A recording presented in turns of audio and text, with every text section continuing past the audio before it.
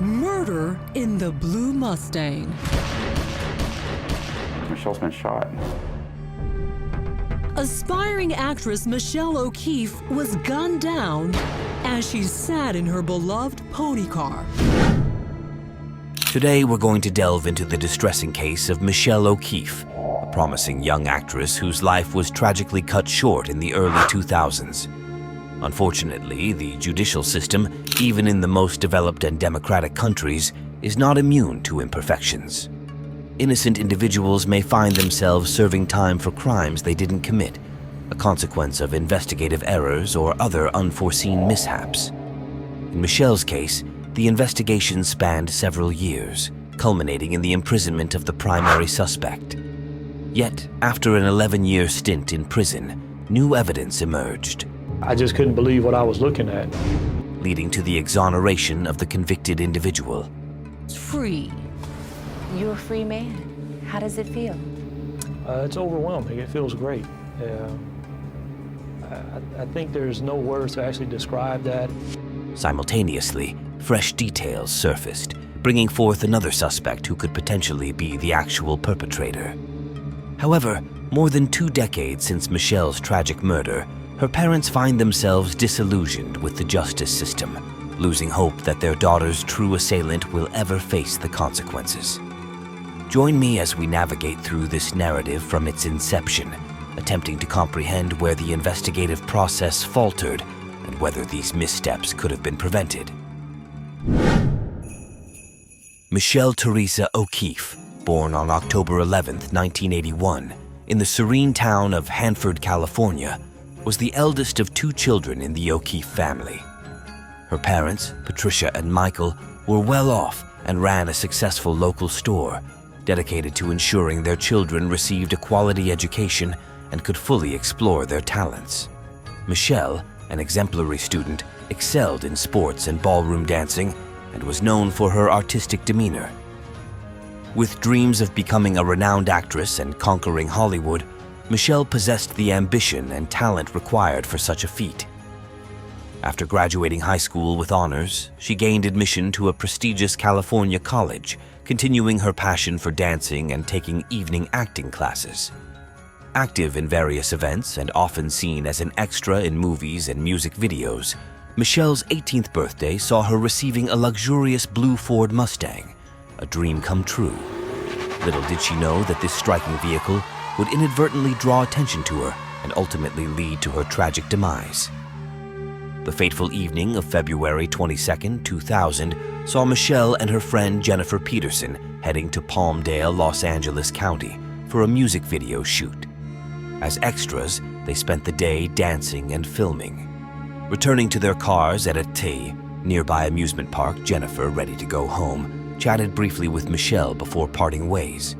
In a moment that would prove fatal, Michelle decided to change into her regular clothes right there on the street, believing she was alone.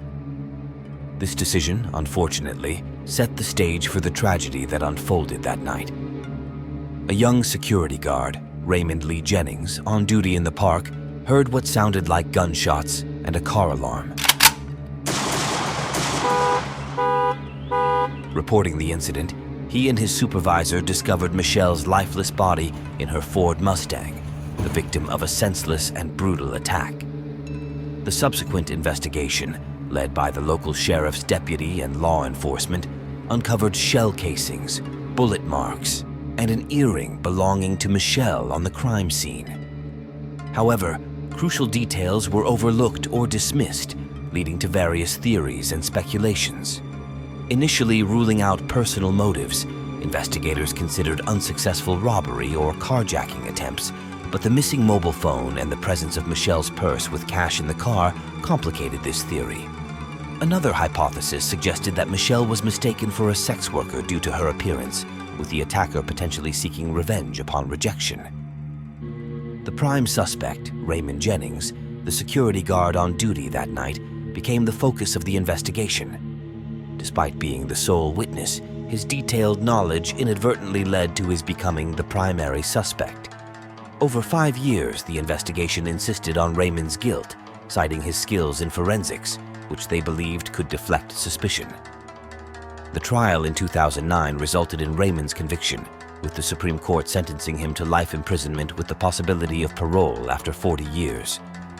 However, the eroding faith in the justice system, coupled with inconsistencies in the evidence, prompted renewed interest in the case. In 2015, attorney Jeffrey Eric and his son Clinton undertook Raymond's case, uncovering numerous errors, inconsistencies, and violations in the evidence and trial proceedings. He went online and looked up the Court of Appeal opinion in Ray's case. And actually what he was hoping was that it would sort of show him that Ray was guilty and then he didn't need to think about this anymore. They argued that Raymond was wrongfully convicted, presenting evidence that his uniform showed no gunpowder residue or blood splatter, indicating it wasn't washed. Additionally, the attorneys highlighted that Raymond was unarmed, and detectives failed to consider other individuals present at the park that evening. A key witness, Victoria Richardson, and her boyfriend, both with a criminal history, were serving time for armed robbery during the final trial, but were never considered as suspects. In a turn of events, the Erics successfully established Jennings's innocence, leading to his factual acquittal.